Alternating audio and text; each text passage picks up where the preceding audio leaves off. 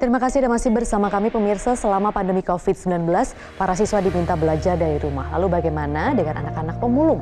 Bagaimana cara mereka tetap belajar di tengah keterbatasan? Di Banda Aceh, kegiatan belajar di Taman Edukasi Pemulung pun dihentikan dan diganti dengan belajar lewat surat.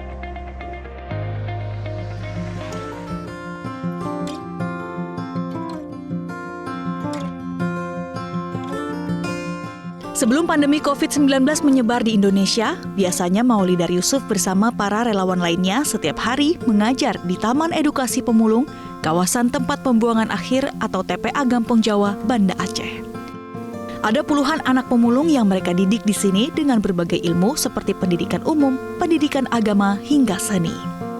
Namun kini, anak-anak pemulung hanya belajar di tempat tinggal masing-masing dengan cara menulis surat kepada para guru mereka. Selain mengasah kemampuan membaca dan menulis, anak-anak pun terlatih meningkatkan kemampuan literasi. Surat-surat ini beberapa hari sekali dikumpulkan dan diambil oleh Maulidar Yusuf, sang pendiri Taman Edukasi Pemulung. Isinya bisa berupa pertanyaan tentang pelajaran maupun cerita anak-anak tentang kegiatan mereka selama di rumah saja.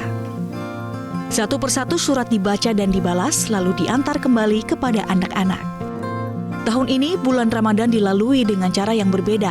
Tidak ada lagi belajar mengaji bersama dan buka puasa bersama. Semua kegiatan belajar hanya dilakukan melalui surat menyurat. Hal ini dilakukan untuk mengikuti imbauan pemerintah agar tidak mengadakan perkumpulan demi menghambat penyebaran virus corona. Selama masa corona ini kami nggak ada kegiatan yang bersifat mengumpul anak-anak. Biasanya kan kalau hari biasa kita kan belajar di sini, apalagi nih momentum bulan puasa pasti ada belajar, ada mengaji, kemudian ada buka puasa bersama, sahur bersama juga ada.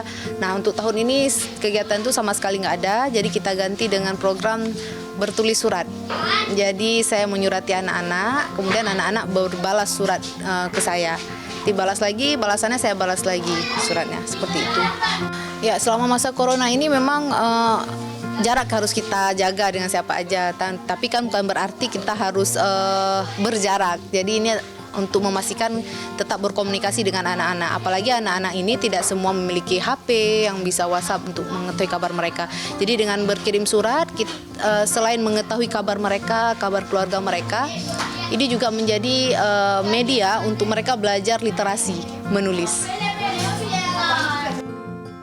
Melalui surat dari anak-anak, Maulidar pun mengetahui bahwa pandemi menyebabkan orang tua mereka dilarang mendekati area pemulung karena faktor kesehatan.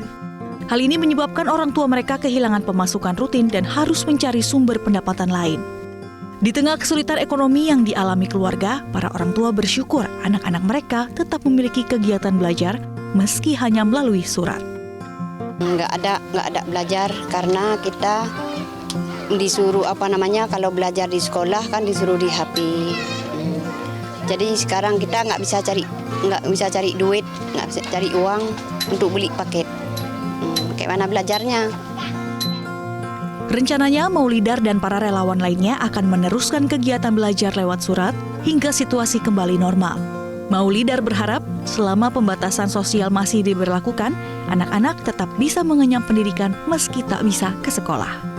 Dari Banda Aceh, Sheila Aditya, Nawafil, Metro TV.